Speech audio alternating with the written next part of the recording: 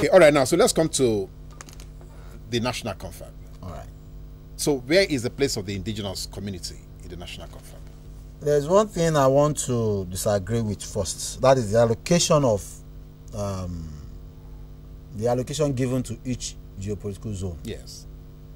They said the whole of Southwest, they are giving them 15. You get it?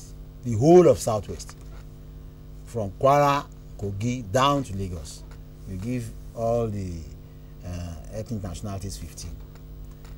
Southeast, you give them 15. South, you give them 15. That makes 30 for that geopolitical area.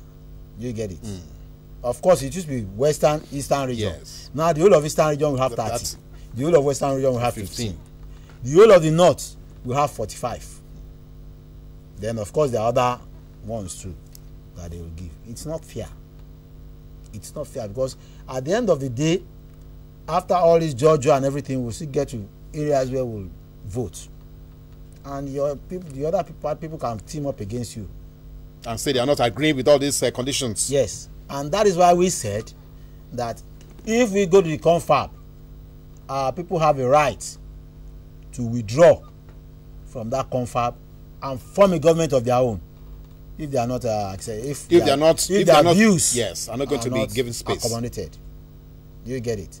Now for the indigenous people, Nigeria is a marriage of strange bedfellows. Well, usually marriages are like that. Well, we have been married for over 100 years, for 100 years now, yes. And we don't know ourselves on the bed. I don't know the wife who is sleeping beside me. We are still strange to each other after 100 years. Such marriage should be dissolved. Do you get it? But we are not even asking for total dissolution of that marriage now. We from the Southwest are saying, let us have a confederation. Let us have a weak center, whereby everybody will contribute to that center. We have a collegiate presidency, kind of, so that the Southwest bring their own candidates. The Southeast, the South, the North, we all come there. And amongst themselves, they cannot elect a president. Exactly. Then, all the resources in these areas, let each region have self-determination. Over those resources. We are in the Southwest. Our people used to have cocoa house. We used to do agriculture. And our children are now hungry. They are out of school. Take them to the farm. That's what Osun governor is doing now. Yes. Aregbesola. Give them work to do. Do you get it? Idle hands, they say, is the devil's workshop. The devil's workshop. So keep them busy and let productivity be increased. Do you get it? I contested election 1998. Is it? Sorry. 89, 98. 89. Do you get it? And that year, people thought I was crazy. I told them that I wanted to be the chairman because I local government. And I was in my manifesto. I told them that if care is not taken, I will make sure I electrify. The electrification of Lagos Island will be done by the local government. We have water all around us. We have engineers. We have electrical engineers. We have students in the higher institutions who can do all these things. Forget about NEPA. I will generate. So you create your own electricity. Yes, that's what Fashola is now doing. Yes, the IPP. Yes. In Lagos Island, the street lights don't go off.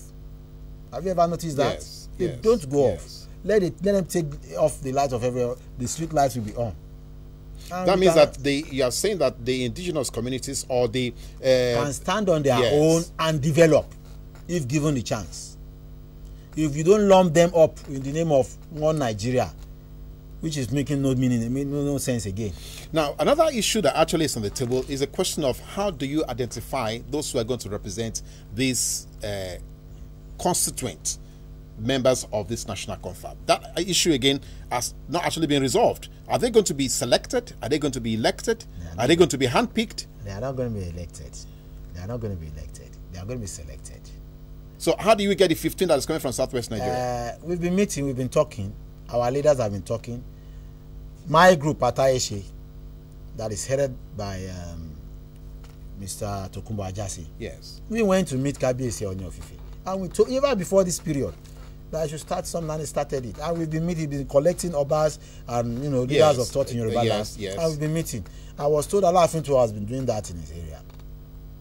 And we have all these ethnic nationalities, all these groups, interest groups. We have been meeting. Last week I wasn't in Ibadan. They went to meet at Ibadan, to harmonize all their our positions. views, their positions and everything. And I'm sure very soon a list will come out Of those who are going to represent this. of those who are going to represent us. The only thing we are saying, that's why I will call myself, I'll categorize myself as youth this time around. Yes. The only thing we are saying is that before Jonathan woke up to say, okay, let us have national conference. Yes. Do you get it? Some people have been crying themselves hoarse. Those people are now being pushed to the background.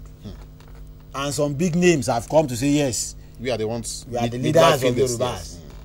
And we keep asking them, you people have been there since independence. What have you contributed to the progress of Nigeria other than peace and tranquility, which you always preach to us? They have been with the First Republic, they were with the Second Republic, they were with the military. Now we are looking at the Fifth Republic and they still want to be there. They always put their names there. If they are not there, their children will be there. You don't go anywhere. You can be with us. You don't have to go anywhere. But I'm sure that what Chief Olaiya is saying here is that some of these old names may need to change places.